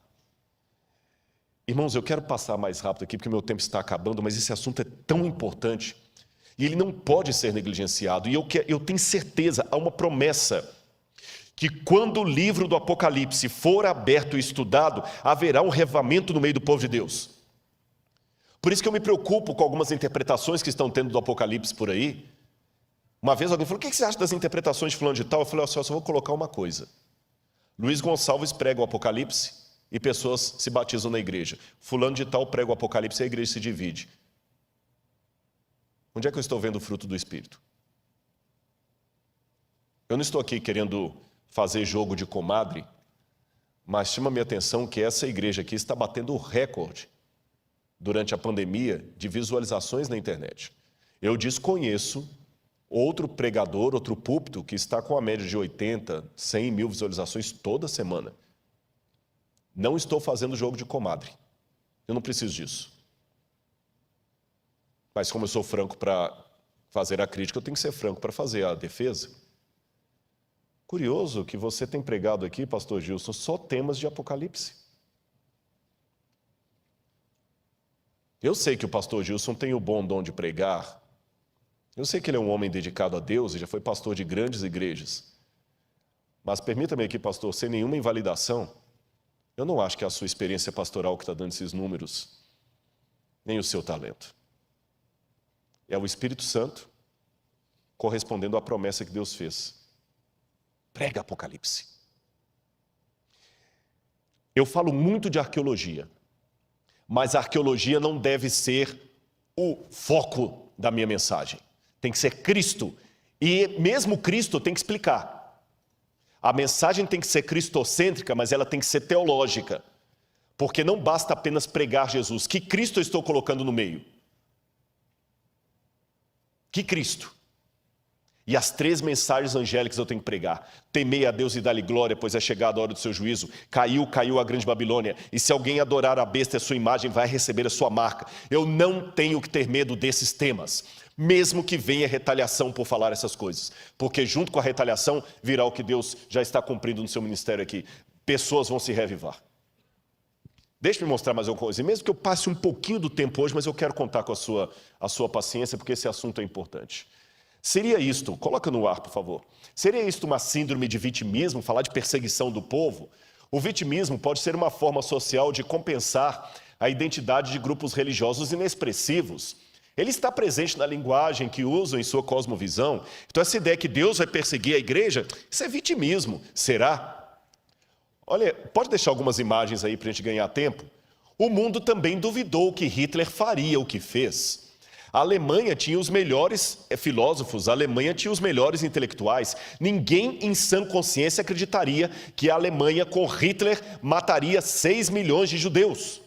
A Alemanha de Heidegger, pode voltar para mim aqui, a Alemanha de Goethe, do Fausto, a Alemanha de Wagner. A Alemanha é um país tão intelectual que a gente, quando faz doutorado em teologia, eu não falo alemão, mas eu fui obrigado a fazer uma prova de alemão para o doutorado. E quando eu perguntei ao meu professor, por que eu tenho que fazer prova de alemão? Ele falou assim, porque há coisas no alemão. Eu falei, muitos livros já estão em inglês. Ele falou, mas tem coisas em alemão que não se traduzem. O alemão é uma língua tão filosófica que você explica, você não traduz o alemão. O país mais intelectual do mundo, a Grécia moderna, para mim, é a Alemanha. E esse país tão intelectual, das grandes universidades, Stuttgart, do Aufklärung, que é o iluminismo alemão, das expressões técnicas de Freud, a Alemanha de Nietzsche, foi a Alemanha que matou 6 milhões de judeus. E mesmo que alguém fale, você está culpando o povo? Não. Mas um povo que era tão inteligente não percebeu que o Führer era um maníaco. E muita gente duvidou. Eu sei que é complicado falar de eventos finais, porque algumas coisas beiram a teoria da conspiração, e eu odeio teoria da conspiração. E parece teoria da conspiração, mas também parecia teoria da conspiração que Hitler houvera de fazer o que fez. Vamos voltar para o quadro. A verdade que seres humanos têm dificuldade de aceitar é que existem Hitlers em potencial em cada esquina do mundo. E qual foi a receita da maldade de Adolf Hitler? Eu já li vários livros sobre o nazismo, sobre a Segunda Guerra Mundial, e eu elenquei em 7 pontos a receita da maldade. Basta ter uma crise, um povo sem rumo, a Alemanha saiu destroçada da Primeira Guerra Mundial, uma índole má coletiva, a tendência, um marketing, você tem Leni Riefenstahl, e você tem Joseph Goebbels, que foram os ministros da propaganda de Hitler. Você tem Albert Speer, que teve o plano, um discurso de mentiras e sedução e o interesse de Satanás. É exatamente o que nós temos hoje. Nós temos uma crise, nós temos um povo sem rumo, nós temos uma índole má coletiva, nós temos um marketing promovendo coisas anticristãs e o povo de Deus batendo palma para isso, não tendo coragem de denunciar, participando, seguindo, dando like, fazendo parecer que tudo é a mesma coisa, até dividindo espaço na mídia, consumindo essas coisas. E tudo bem. E o marketing está aí. Nós temos um plano, nós temos discursos de mentiras e nós temos um interesse de Satanás. Thomas Malthus, em 1798, o ano que marca o tempo do fim, ele fez uma profecia catastrófica, que o mundo ia entrar numa situação de fome, porque enquanto a população crescia em sentido geométrico, a produção de alimentos era em sentido aritmético, então teria mais gente do que comida, seria uma catástrofe. Hoje, inclusive, Thomas Malthus influenciou a teoria da evolução das espécies de Charles Darwin. Contudo, hoje as pessoas não acreditam mais na teoria de Thomas Malthus, porque nós temos mais produção de alimentos do que gente. Mas, porém, contudo, entretanto, todavia, há algumas pessoas que estão revendo os dados de Thomas Malthus. Eu quero apresentar uma pesquisa para você aí. Essa pesquisa foi feita por John Calhoun, nos anos 1960, chamada Halo Comportamental, da Behavioral Sync. Ele fez um exercício de sociologia, onde durante vários meses ele colocou camundongos do tipo Norway Rats num cômodo, e ele percebeu como esses ratos, eu tinha um vídeo para mostrar, mas por medo de derrubarem a página, eu não mostrei esse vídeo, onde ele mostra os ratos, como eles se comportam como seres humanos. Eu vou descrever para você o comportamento daqueles ratinhos na gaiola comportamental. Eles tinham as casinhas, os próprios ratos se organizaram para ter a rua. As fêmeas tinham uma relação monogâmica. Vários ratos chegavam, a fêmea soltava o feromônio e a fêmea escolhia qual rato era que ele ia para acasalar. Ela acasalava com o macho, os dois ficavam cuidando dos filhotes. Havia propriedade respeitada, os machos demarcavam com as fêmeas a propriedade dele com urina, ninguém passava ali, os ratos tinham as vias públicas. Os ratos eram solidários, viviam bem. Aí o que começou a acontecer? Com o tempo eles começaram a diminuir, não a quantidade de comida, mas o local onde a comida era acessível. Só num cantinho que tinha comida. E passou para os ratos a impressão que a comida estava ficando escassa. Meus irmãos, John Calhoun começou a perceber paulatinamente a mudança de comportamento progressiva dos ratos. Como é que eles foram ficando mais agressivos uns com os outros, mais agressivos. A ponto que os ratos agora já não começavam mais a respeitar as vias públicas, começavam a invadir propriedade privada. Agora as fêmeas não eram mais respeitadas na época em que ela estava no cio.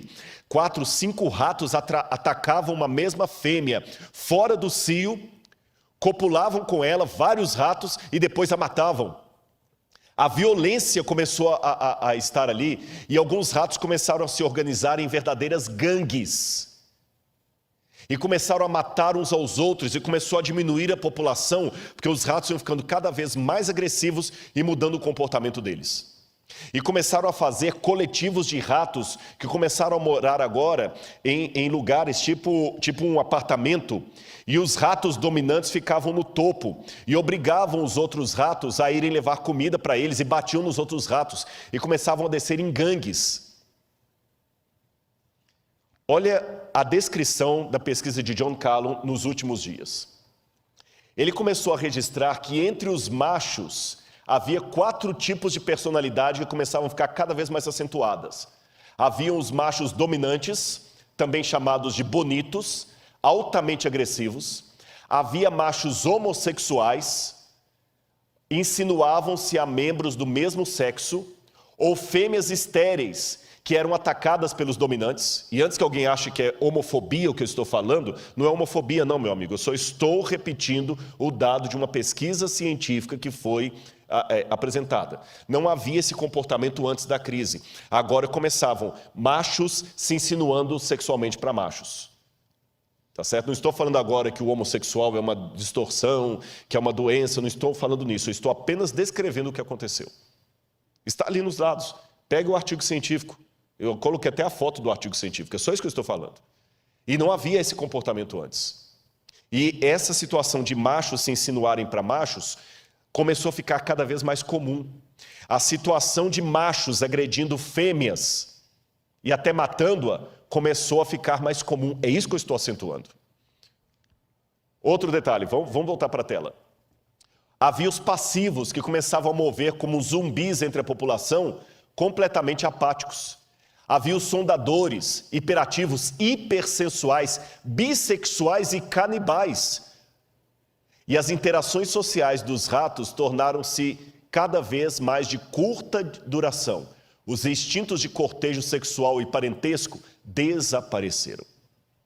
E quando John Calhoun, que não era um evangelista, não era um teólogo, não era um pastor, ele terminou de fazer essa pesquisa, a primeira pergunta que todos fizeram é: será que o que aconteceu no laboratório com os ratos pode acontecer com a humanidade se a previsão malthusiana de Thomas Malthus vier à tona? Será que nós vamos ficar assim? Será que isto poderia acontecer conosco? Calhoun continuou seus estudos por muitos anos. No entanto, a publicação de 62 colocou o conceito em domínio público. E assim ele tomou espaço na cultura popular como uma analogia do comportamento humano. Ele acabou se aposentando do Instituto Nacional de Saúde Mental em 1984, mas continuou a trabalhar em suas pesquisas até sua morte em 1995. E hoje nós vivemos o que é chamado de neo-malthusiano. Por quê? O mundo hoje está passando, pode colocar em mim aqui, uma situação muito análoga à daqueles ratos. Nós ainda temos quantidade de comida em grande escala, mas como na experiência, elas estão concentradas em poucos pontos do planeta. E o resultado, olha aí na sua tela. A cada 4 segundos, uma pessoa morre no mundo por fome. A cada 4 segundos. Mais de 1 bilhão de pessoas, 18% da população mundial, não tem acesso à quantidade mínima de água para o consumo. Entre 100 pessoas, 1 estaria morrendo de fome, 15 estariam desnutridas e 21 com excesso de peso, segundo uma pesquisa feita por Fritz Erickson, da Ferris State University. Enquanto isso, no chamado mundo de Deus, novos estudos, observam que, apesar dos progressos das últimas décadas, cerca de 800 milhões de pessoas não têm simplesmente o que comer. No total, seriam necessários 267 bilhões de dólares por ano para acabar com a fome no mundo, por vários anos. Se você quiser acabar com a fome de uma vez só, quiser acabar com os problemas de saneamento, saúde e outros mais, eu precisaria de 1,2 trilhão de dólares por ano para acabar com a fome e com os problemas de desigualdades. Onde eu conseguiria 1,2 trilhão de dólares no mundo? Pode continuar com a tela. Onde nós conseguiríamos tanto dinheiro? Talvez aqui esteja o ralo social humano. Segundo dados da ONU, o tráfico de drogas, não o seu combate, o tráfico de drogas movimenta 300 bilhões por ano. A prostituição é o segundo maior negócio do mundo, com cerca de 108 bilhões por ano. Volta para mim. O tráfico de drogas movimenta 300 bilhões por ano. Você pode falar, tá, mas eu não participo do tráfico de drogas. Você não participa do tráfico de drogas, mas fica enaltecendo aquele jogador que é usuário costumado de drogas e não vê problema em que seu filho consuma os discos, ou o youtuber que é usuário de drogas e fica defendendo liberação da maconha. Esse youtuber também está ajudando, está contribuindo com os 300 bilhões de dólares que é gasto só com tráfico de drogas. Não pense no tráfico de drogas só no rei do morro, que está ali, no chefe do narcotráfico. Há tráfico de drogas correndo à torta e à direita, com um monte de pessoas midiáticas que defendem isso na mídia. Filmes que olham como tudo sendo normal. Está na hora dos irmãos voltarem a ser um pouco mais conservadores. Filmes como, até esqueci o nome, aquele de motoristas que ficam dirigindo para cima e para baixo. Velozes e Furiosos. Isso não é filme para cristão assistir. E não sejamos hipócritas, não é entretenimento, isso mexe com você. Você gostaria de morar num condomínio que aqueles motoristas loucos daquele filme ficam passando na rua em alta velocidade? Não. Então não deixe o seu filho ficar assistindo isso e aprendendo. E os joguinhos de internet que só incentivam isso. Eu conheço pais casados que às vezes a esposa está fazendo a comida lá e ele está jogando esses joguinhos violentos, cheios de coisa. Isso não é entretenimento para cristão? E quando é que a gente vai ter que dar a cara a tapa e falar que nós devemos voltar ao conservadorismo? Não ao tradicionalismo. Tradicionalismo é besteira. Mas um pouco de conservação não faz mal. E a promiscuidade que eu falei. Muitas mães acham lindinho vestir as meninas como a Anitta. E se falar de modéstia cristã agora, você virou moralista, chauvinista, patriarcal. E ninguém fala contra essas coisas, mas está movimentando tudo aquilo ali. Vou mostrar mais dados. Coloca de novo aí. O terceiro lugar é ocupado pelos bancos, que movimentam cerca de 115 bilhões. Embora nem todo mundo mude, algumas entidades acumulam seus cofres até 800 bilhões em ativos. Em 2019, só para vocês terem uma noção, 2.153 bilionários tinham o equivalente a 60% do PIB mundial. Em quarto lugar, você tem jogos de azar. Somente a Espanha gasta 35 bilhões por ano. E tem a indústria do cinema, que alimenta tudo isso. E tem a indústria do entretenimento, que alimenta tudo isso. E alguém pode falar, tá, e as religiões também? Bom, eu não posso falar de todas as religiões, mas eu posso dizer que na Igreja Adventista, às vezes, tem problema financeiro. Eu já vi vários. Mas quando o pastor é descoberto, ele é demitido sumariamente. Nunca mais é reingressado ao ministério. Se houve alguma exceção à regra, pode ter sido que tenha havido. Não estou negando. Pode ter sido o caso de algum pastor adventista que passou a mão e por padreamento tenha ficado? Pode ter sido. Mas não é a regra. Não é a regra. Eu já vi alguns passando a mão até ser descoberto. Tanto é que a igreja tem o auditor. Não estou dizendo que a igreja adventista é a fina flor dos flores feno. Não, eu convivo nela. Eu sei que há problemas. Quer um exemplo de problema na igreja? Está falando para você aqui agora. Há um problema da igreja falando para você aqui agora. Convive comigo, você vai ver que eu tenho muitos problemas.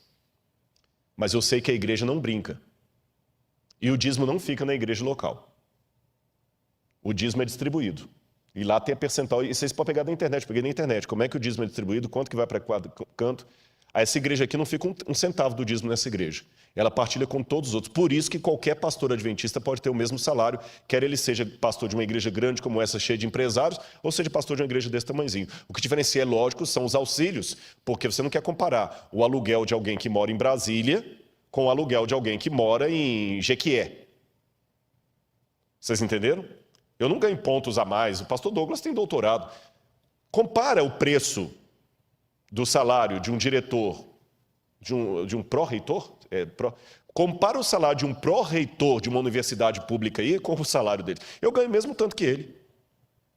Ele não é meu chefe diretamente, mas indiretamente é, porque no guarda-chuva eu sou professor, ele é diretor, mas o meu salário é o mesmo do meu chefe, que tem o mesmo cargo que ele. O meu salário é o mesmo do reitor dessa escola. O meu salário é o mesmo do pastor Toninho, que é o diretor da Novo Tempo, que se fosse um executivo, estaria ganhando aí pelo menos uns 35. Uma vez eu perguntei para uma empresária, se ele fosse... 35 mil é o que ele ganharia para começar. E ele não aceitaria.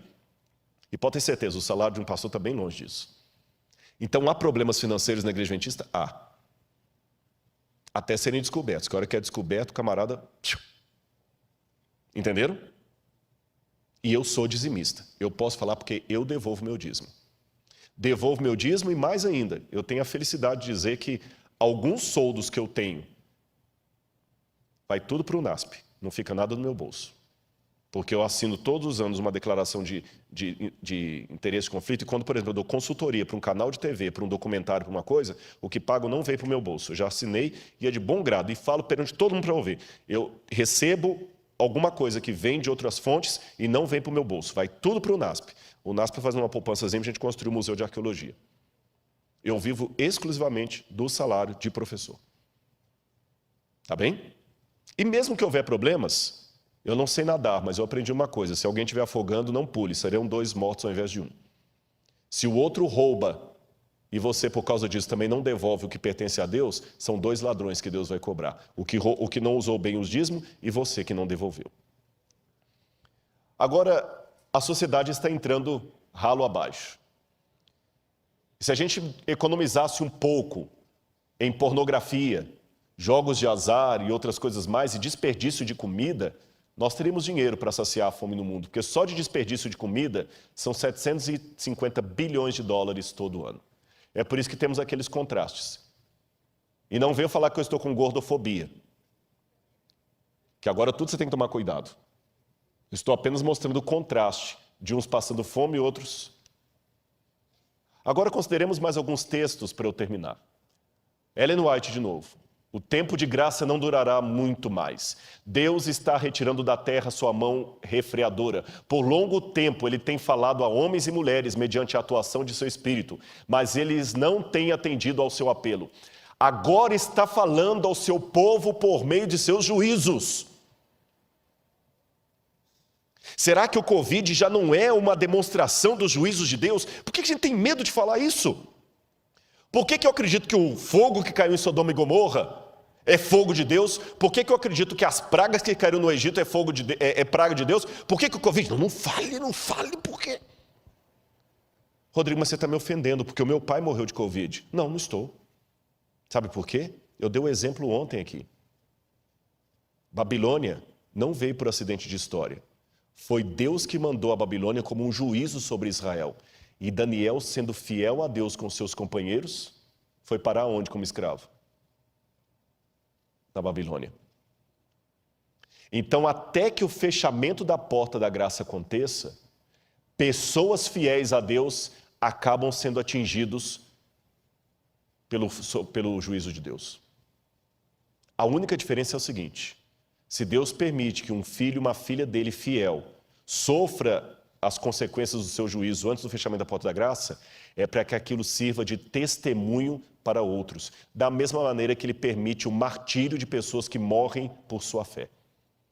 Então, se o seu pai, se a sua mãe é uma pessoa fiel a Deus, e Deus não impediu que ele morresse de Covid, leia da seguinte maneira: Deus não impediu que o seu pai morresse de Covid, como também não impediu que o apóstolo Paulo morresse degolado, mesmo sendo tão fiel a Deus.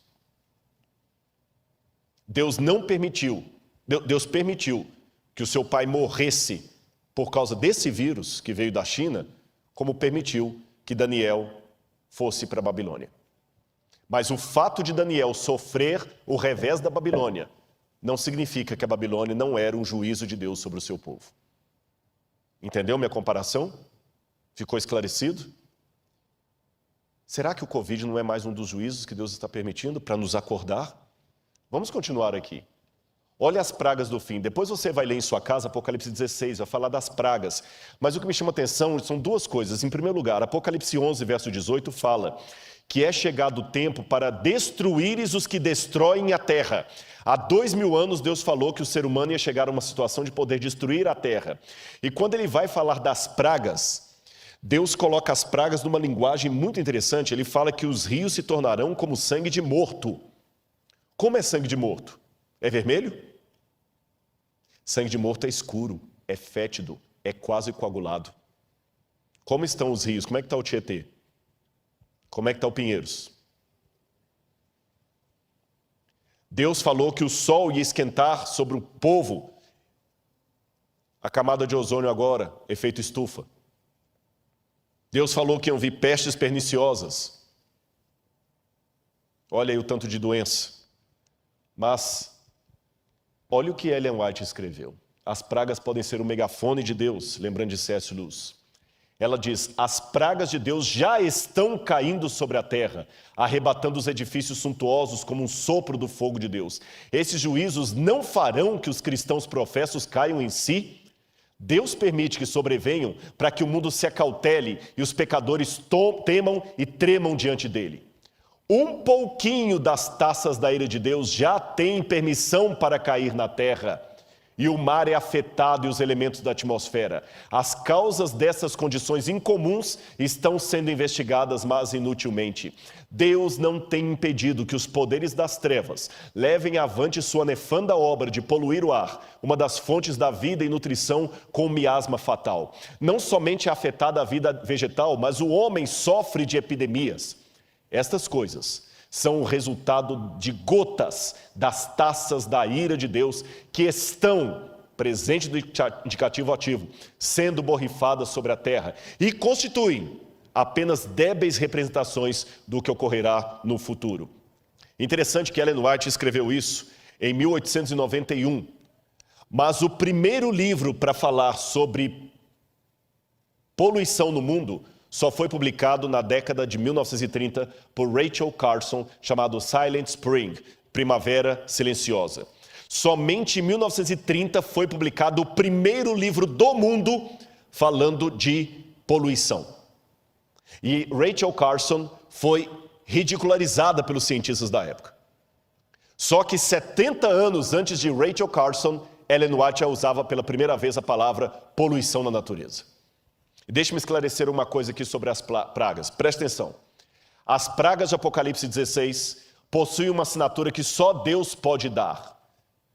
Mas elas não retiram a coautoria do diabo e do homem, porque as pragas saem do santuário. Apocalipse 16 está dividido em duas partes. A primeira, segunda, terceira e quarta praga são sofrimentos durante o tempo de angústia. A quinta, a sexta e a sétima envolvem os livramentos do povo de Deus. Também gostaria de esclarecer que essas pragas, pelo menos as primeiras delas, são literais ou pelo menos são da mesma natureza histórica das pragas do Egito. E essas pragas cairão sem mistura de misericórdia depois que a porta da graça se fechar. Mas antes que a porta da graça se feche, Deus já está permitindo que algumas gotas dessas pragas caiam ainda mescladas de misericórdia para ver se eu e você nos acordamos. E todo mundo pergunta, até quando vamos usar máscara? E eu pergunto, até quando vamos ser teimosos no pecado para ficar nesse mundo? E como Satanás prepara o terreno? De muitas maneiras, alienação, cria alienação, glutonaria, intemperança, que as pessoas não conseguem raciocinar direito, síndromes psíquicas, excesso de informação e pouco conhecimento, síndrome do pensamento acelerado, que falou Augusto Cury, causas, distúrbio psíquico, excesso de informações, paranoia do consumo da estética, consumismo excessivo, incentivo ao consumismo, Não comemos para nos alimentar, não nos vestimos para nos cobrir. Temos mais do que precisamos e ainda assim estamos famintos, sedentos, ignorantes. Geração rebelde sem causa.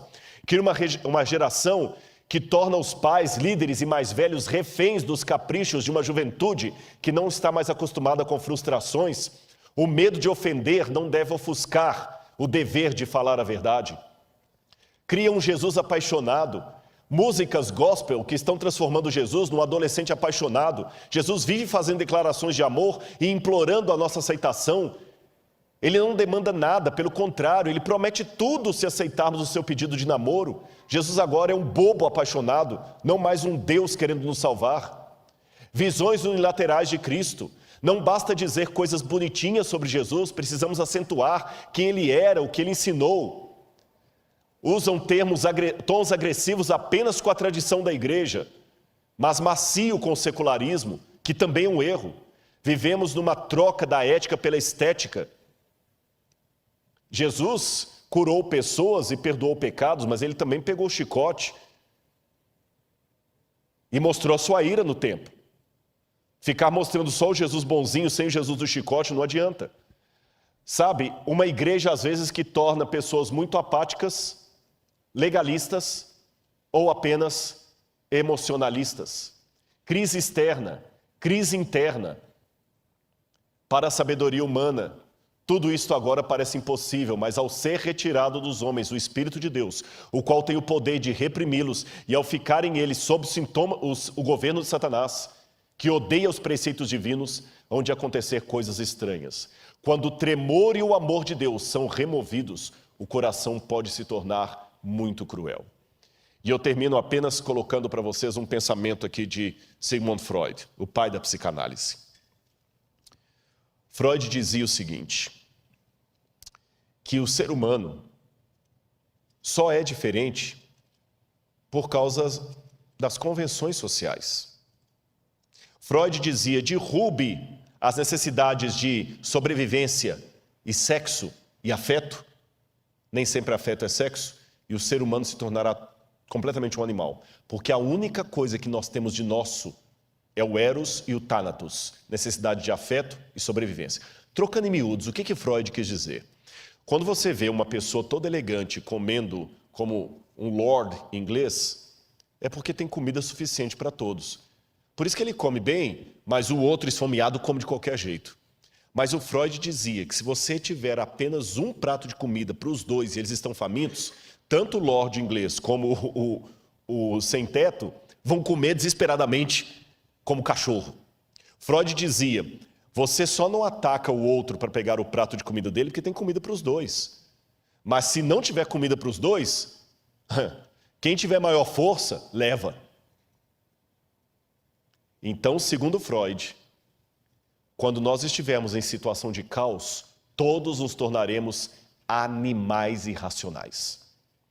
Porém, um ex-discípulo de Freud, chamado Viktor Frankl, que foi prisioneiro de Dachau e de Auschwitz por ser judeu, quando ele sobreviveu ao campo de concentração nazista, Viktor Frankl fundou a terceira escola de psicanálise de Viena, e ele discordou de Freud.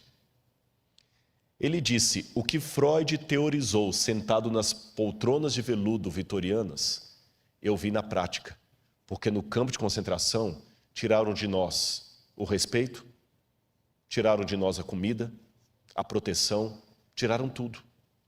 E quando tiraram toda a dignidade humana que estavam em nós, alguns companheiros judeus cumpriram exatamente o que a teoria de Freud sinalizou, se tornaram animais. Porque eu vi judeus se prostituindo porque estavam excitados uns com os outros. Eu vi um judeu se prostituindo para ganhar um pouco mais de sopa no café da manhã. Eu vi um judeu matando o outro para roubar as botas dele. Realmente se tornaram animais. Por outro lado, eu vi heroísmo de onde não se esperava. Eu vi alguns se tornando mártires. Eu vi judeu trocando de lugar com judeu para ser fuzilado no lugar de alguém que era mais velho. Eu vi alguém que estava com fome dar o seu prato de comida para o outro porque ele estava mais debilitado. Eu vi alguns tirando energia, força e solidariedade de onde menos se esperava. Então, o que eu concluo, discordando de Freud, dizia Viktor Frankl, é que, diferente do que ele teorizou, na hora da crise, é que as máscaras caem. Aí que o verdadeiro caráter vem à tona. Na hora da crise, alguns se transformam em porcos, mas outros se transformam em santos. Quando o fechamento da porta da graça ocorrer, ou até um pouco antes, que eu acho que o Espírito Santo não vai sair da terra assim de maneira estanque, ele vai começar a sair aos poucos. Que o mundo estiver completamente enlouquecido, louco, varrido.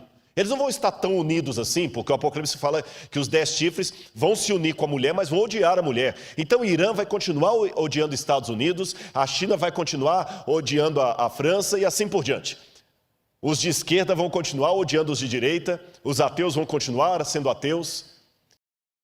Mas assim como todos obrigatoriamente se uniram em torno do Covid, eles vão se unir em torno do anticristo, nem que seja provisoriamente. E quando, como diz o catecismo, como disse Billy Graham, como disse o Didarré, como disse Ellen White, quando o diabo fizer parecer que Cristo veio, meu Pai, que Deus nos proteja da loucura coletiva desse mundo. Porque muitos se transformarão em porcos, mas outros se tornarão santos. Qual dos dois papéis você desempenhará? Fique ao lado de Jesus. Eu quero convidar o dueto para cantar a música final. E durante a música eu vou pedir para eles colocarem o QR Code. Se você sentir no seu coração o desejo de estudar mais a Bíblia, conhecer mais isto, entre em contato através do QR Code, aceite esse apelo, aceite a Jesus, materialize isso através do QR Code. Mas Rodrigo, peraí, eu sei que você ficou até agora, o tempo está estourado, mas você só falou de desgraça, tragédia. Onde é que está o bem de tudo isso? Quando a gente está com quem você ama, você não tem medo. Uma vez um pai perdeu a esposa num grave acidente. E ele chegou em casa, que ele não quis ir para casa de ninguém, e depois do velório, ele estava na sala, tudo escuro, ele chorando, Deus, o que vai ser da minha vida, como é que eu vou criar minha filha? Daqui a pouquinho, ele só viu um chorinho, papai, vem cá, papai está aqui. E os passinhos vindo no corredor assim, com medo, estou com medo, vem cá, papai está aqui. Estou com medo, papai está aqui. Ela foi para o colo dele e ela falou assim, papai, a mamãe não vai voltar, né? Não. Eu estou com tanto medo, papai. Eu tenho medo do escuro. Sim, mas papai está aqui. O senhor está aqui. Não precisa acender a luz. Eu estou com saudade da mamãe. Eu estou com medo do escuro. Mas eu sei que o senhor está aqui em casa. Então eu vou dormir tranquila. Eu vou contar para você uma coisa. Quando ele colocou a filhinha de volta na cama, ele virou para Deus e fez a mesma oração.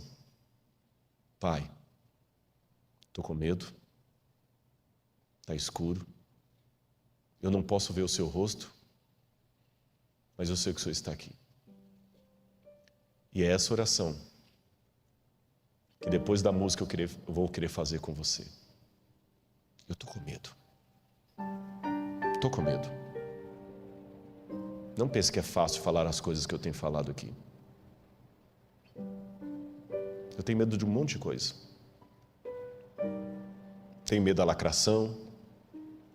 Tenho medo de não entenderem. Tenho medo de perder quem eu amo. E para piorar, eu não consigo ver o rosto de Deus. Mas Ele fala ao meu coração, filho, eu estou com você. Ele fala através das pessoas que vêm me dar testemunho. Rodrigo, obrigado, sua mensagem serviu para mim. Então, eu posso virar para ele e falar, Senhor, está escuro nesse mundo, eu não posso ver o teu rosto, e estou com medo, mas eu sei que o Senhor está comigo. Se for preciso, eu vou enfrentar o tempo de angústia. E quero ter você comigo. Confia em Deus. Confia em Deus.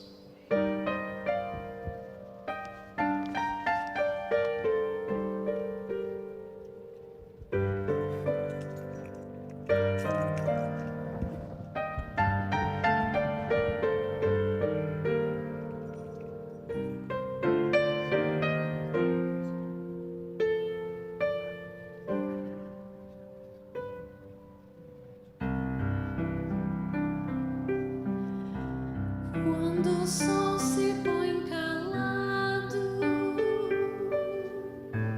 e o dia se desfaz, posso então sentir a brisa e o frio que a noite traz. No silêncio escuro, o medo do que eu não consigo enxergar, dos perigos que me cercam e me assustam sem parar. Mas eu não temerei a noite, nem a mais profunda escuridão. Eu enfrentarei as trevas, pois sozinho nunca estarei. Oh, meu Deus, me guarda na noite. Ele sabe onde eu devo andar. Não preciso ver o caminho, basta em sua mão segurar.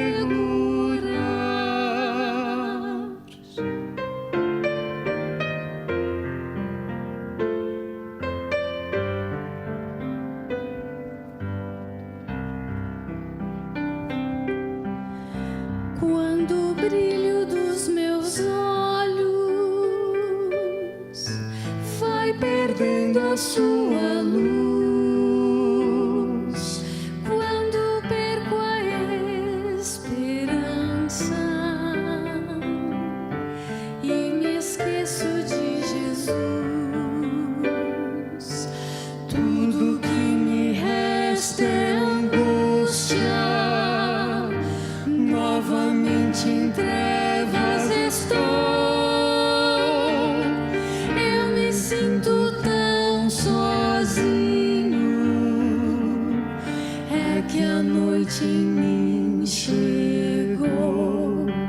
Mas eu não temerei a noite, nem a mais profunda escuridão. Eu enfrentarei as trevas, pois sozinho nunca estarei. Oh, meu Deus, me guarda na noite. Ele sabe onde eu devo andar. Não preciso ver o caminho,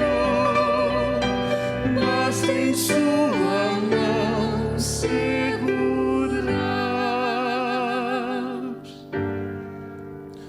Eu não temerei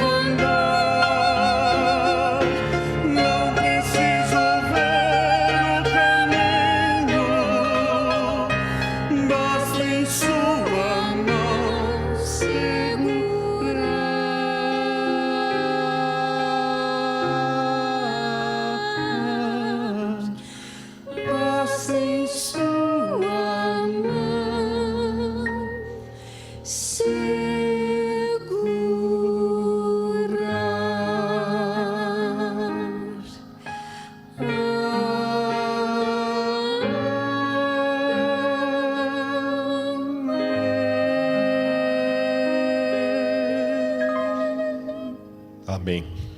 Eu vi muitas coisas estranhas aqui essa noite. Eu cometi um erro de homilética terrível aqui. Em toda a minha vida, eu já prego na igreja desde 1984, eu nunca fiz um sermão de 1h50. Isso é um suicídio homilético. Mas eu não vou pedir desculpas. Deus mandou que eu falasse. E você viu o hino que Ele mandou para você e para mim? Eu também sou muito cético em acreditar em coincidências, porque, embora eu não seja matemático, conheço o suficiente de estatística para saber que a possibilidade matemática de algo acontecer por mera casualidade ou coincidência é remota. E eu não combinei essa música com eles. E quando eles começaram a cantar, me deu um arrepio, que eu falei com o pastor Gilson: olha a música, eu não combinei com eles. Ele falou: não, mas eles mudaram a música. Eu falei: eles podem ter mudado a música, mas a história que eu contei do pai e da criança, eles já estavam aqui atrás. Não deu tempo de, enquanto eu estava contando a história, eles podem até ter mudado a música, mas eles a mudaram antes de eu começar a contar a história, que é justamente aquilo. Então, obrigado, Senhor, porque o Senhor deu essa música para mim. Eu vim para cá hoje com o coração um pouco aflito. Vim, porque eu sei que eu joguei pesado ontem. Eu sei que vai a retaliação. Mas Deus foi tão bom que no meio do caminho eu recebo uma mensagem de um ex-aluno que está num outro país. Ele ligou: professor, nossa, que bom, ele nem sabia o que estava fazendo essa geração aqui. Eu queria só te pedir duas coisas. Hoje faz 10 anos e eu prometi na minha vida que um dia você teve uma conversa comigo no seminário tão importante que deu meu rumo de vida. Eu estava perdido. E aquela conversa foi tão boa, pastor, que hoje eu sou fruto daquela conversa. E eu prometi a Deus que a cada 10 anos eu ia te ligar para agradecer. E quero te pedir licença para pregar um sermão que você fez sobre o juízo final, porque eu vou traduzir aqui para o outro idioma e vou pregar. Meu amigo, a verdade não tem copyright. E eu pensei: Deus mandou ele, o mimo de Deus, vai, você está bem. E agora Ele me dá esse fechamento e essa música. Simbolicamente eu vou estender minha mão para você. Se você aceitar, nós dois, juntos com a mão de Cristo, vamos passar por essa tempestade. Tá bem? Eu pego na sua mão e nós pegamos na mão de Cristo. Se alguém está afastado da igreja, se alguém está duvidando, se alguém está afastado dos caminhos de Deus, segura agora na minha mão, firme, e ore comigo nesse momento. Se você aguentou 1h50 de sermão, você pode aguentar essa oração. É porque Deus fez você ficar. Segura agora, firme. E os que estão aqui, vamos ficar em pé. Amado Senhor, de maneira simbólica, ó Pai, pela fé, eu estou segurando na mão de muitos irmãos e irmãs que talvez nesse momento estão em prantos, ó Deus, falando: Senhor, o que está acontecendo na minha vida? Pai, eu tenho muita coisa para mexer. Pai, tem misericórdia. Por favor, Senhor, fala com eles, Senhor. Fala com eles que o Senhor os ama, como o Senhor falou comigo, Deus. Por favor, fala com eles. Oh Deus, eu sei que o Senhor não precisa de advogado. E se precisasse, o Senhor teria pessoas muito melhores do que eu. Mas, por favor, Senhor, faz alguma coisa para que teu povo acorde, ó Deus. Eu estou tentando falar, eu estou tentando pregar do meu jeito errado, torto, humano. Mas eu estou tentando sacudir esse povo, Senhor. Não no teu lugar, mas através de Ti. E, por favor, Senhor, muitos estão nesse momento clamando perdão. Perdoa os pecados desse povo, Deus. Eu te suplico, como Moisés pediu. Traga-os de volta, Senhor. Tem tanta gente que eu conheci que hoje está fora da igreja, Pai. Tanta gente. Eu estou pregando num bairro que tem tanto membro da igreja, pessoas machucadas, pessoas magoadas, outros críticos, outros que perderam a fé, outros que se encontraram no ateísmo ou numa espiritualidade alternativa. Senhor, tanta gente que um dia ocupou os bancos e agora está fora. Busca, Senhor. E perdoa os pecados coletivos que nós temos cometido, Senhor, como administradores, como pastores, como professores, como membros, como obreiros. Por favor, Senhor, tenha misericórdia de nós. Nós não somos a melhor igreja, mas nós somos a Tua igreja, Senhor. Eu sei que o Senhor teria planos melhores se usasse anjos, mas o Senhor escolheu usar a gente. Perdão, Senhor, se eu preguei mais tempo do que devia, mas se o Senhor os manteve ali no ar é porque o Senhor tinha um propósito. Cuida dos Teus filhos e cuida de mim também. Porque está escuro, estamos com medo, não vemos o Teu rosto, mas sabemos que o Senhor está conosco, então isso vai acalmar o nosso temor e nós vamos dormir em paz. Manda um anjo, Senhor, agora, carinhar o rosto de cada um que está em oração comigo. Que ele sinta a brisa do Espírito, como se fosse a mão de um anjo carinhando o rosto dele, dizendo: você é amado de Deus. Em nome de Jesus. Amém.